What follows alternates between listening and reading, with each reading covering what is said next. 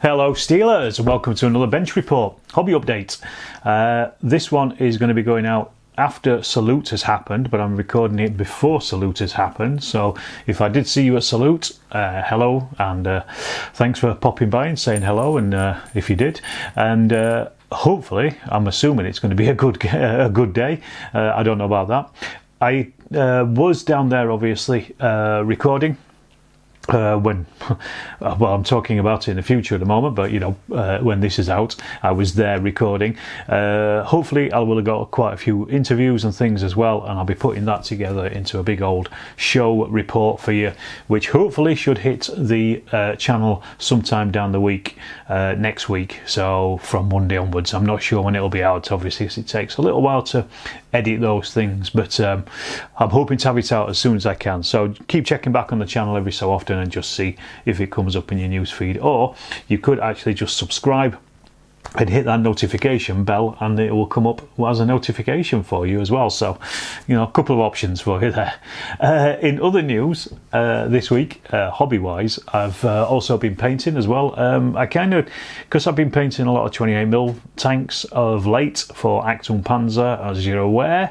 I did put out the Achtung Panzer video on Friday, so go and check that out if you haven't seen it, a playthrough of it.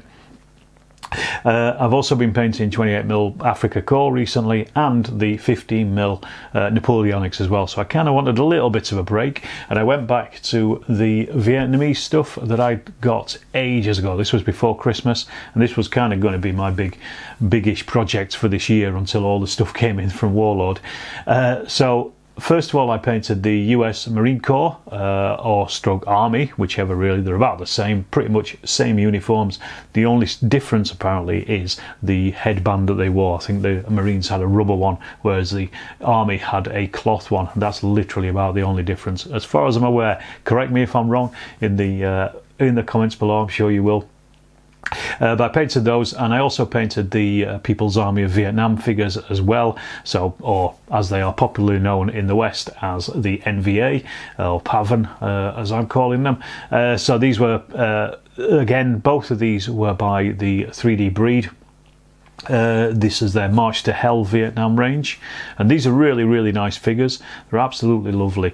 I painted these for Charlie Don't Surf, and as you can see from the images that have been on the screen, I put 3 figures on some bases, 2 figures on others, and also did some individuals as well, because I'm doing them for Charlie Don't Surf, and also probably for DMZ, which is the Chain of Command version for Vietnam, and also I was looking at Men of Company B as well, which is the Peter Pig rules for the common man rules as well for Vietnam, which is played on grids. So I'll probably go get a copy of that at some point in the future, and then I can kind of interchange them between those 3 games.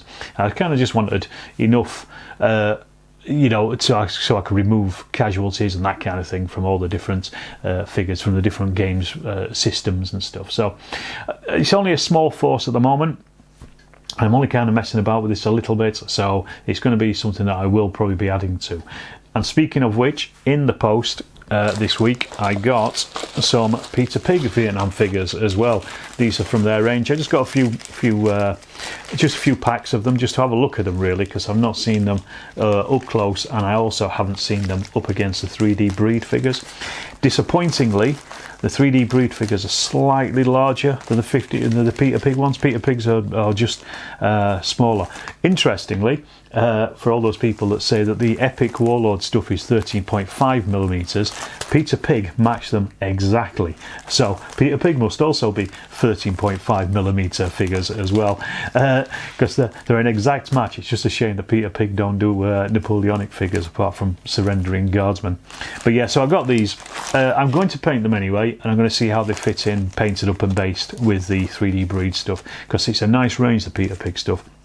But unfortunately I don't have a 3D printer, so it's the 3D Breed stuff, I have to buy it through third parties, and they can be quite expensive. I think Geek Villain do them, but they're coming at about £1 a figure, so it's quite expensive. So you know, it's one of those things that I know how much they're going to cost to print, but then I'd have to also get the STLs as well on top of all that. So I mean, I understand how this kind of thing works, but I'm just, I'm a bit loath to pay £1 a figure when it comes to 15mm stuff. But maybe the need is greater. Whereas Peter Pig stuff, they're about 50p a figure, so it's a lot cheaper.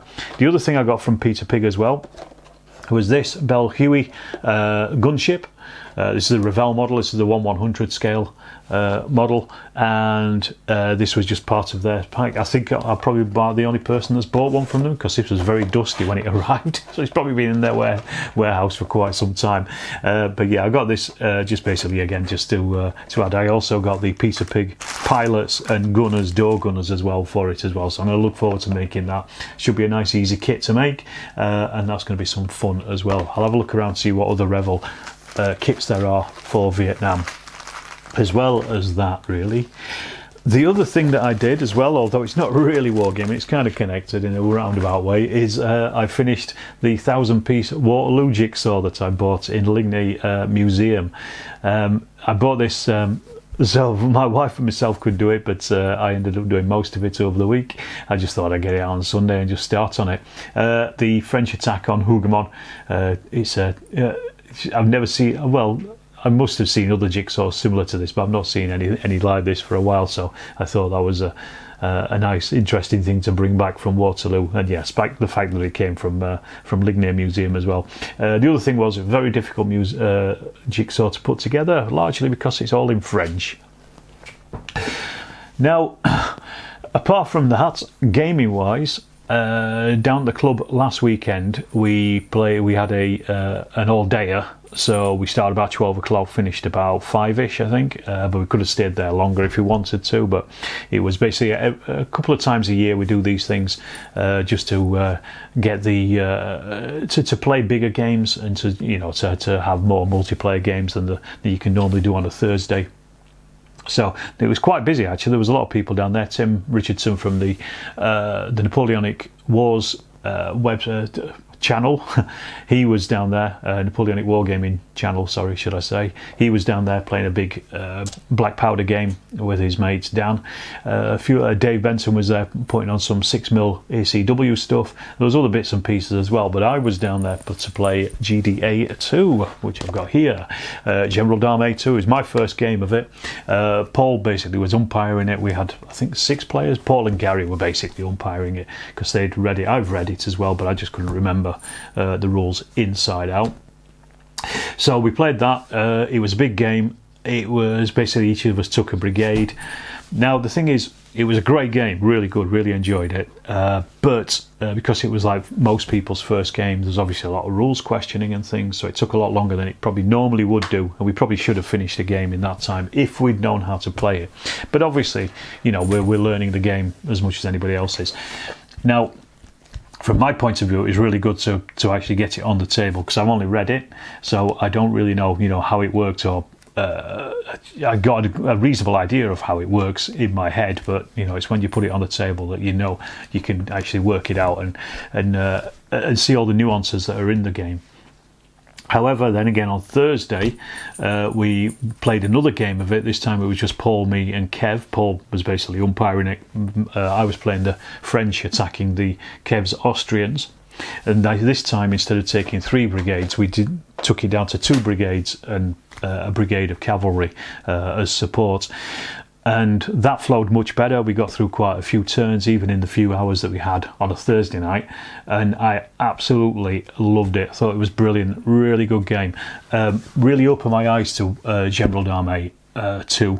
And the one thing I don't like about it is the fact I haven't got anything painted for it yet. So that's kind of where I am with it. But I loved every part of it. I thought it was a fantastic game, really good, flowed really well, really simple, really easy to understand, and just particularly, some really nice nuances in it. So what I thought I'd do is I'd actually come back to the game itself, and I would do a proper review of it. Now I've played it a couple of times and I kind of understand some of the ideas. I'm hoping I'll talk to Dave actually at Salute. I might be able to hopefully get an interview with him if I snatch one. That's the idea. But yes, I'm going to go back to it because what I'd done before is just a flip through of the rules. I kind of read them, you know, understood them, but I didn't really know them.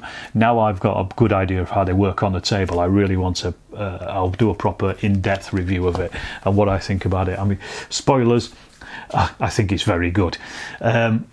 In the game that I played against Kev on Thursday, which was the better of the two games, I was trying to use basically some of the reserves and things in this, and I was trying to smash through his right flank, my left flank. It didn't really work, but that's because I got friction, and that's what the game is all about as much as anything else. But really, really clever, really well designed. There's some great stuff in there, and as I say, I'll do a proper full in-depth review into it at some point in future, just because I think, you know, it's worthwhile. I'm really looking forward to playing it again, because there's a lot I want to really explore in the game as well. You can see so much in there that you know, you just think like, right, well, you know, I didn't do this, but I could have done this, this, and this. There's all these X, Y, Zs in there that you're trying to thinking about, you know, when you're trying to go to sleep. Right, okay, I'll leave it at that. As I say, that's pretty much been my week this week. Pretty quiet, but been churning bits and pieces out here and there.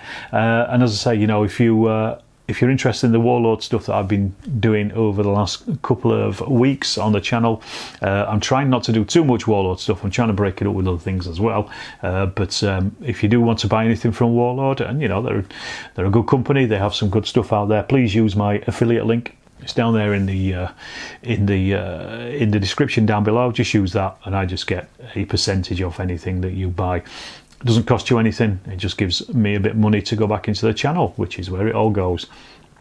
Also, of course, if you haven't subscribed, hit the subscribe button and that bell notification, because you'll get notifications. And also, don't forget to check out Patreon and also the channel memberships, because you do get videos early in the week, and they're also ad-free as well. So it might be worth, you know, £1 a month for you. Who knows? Right, I'll leave it to that. Say thanks for watching once again, and I'll see you in the next Storm of Steel video.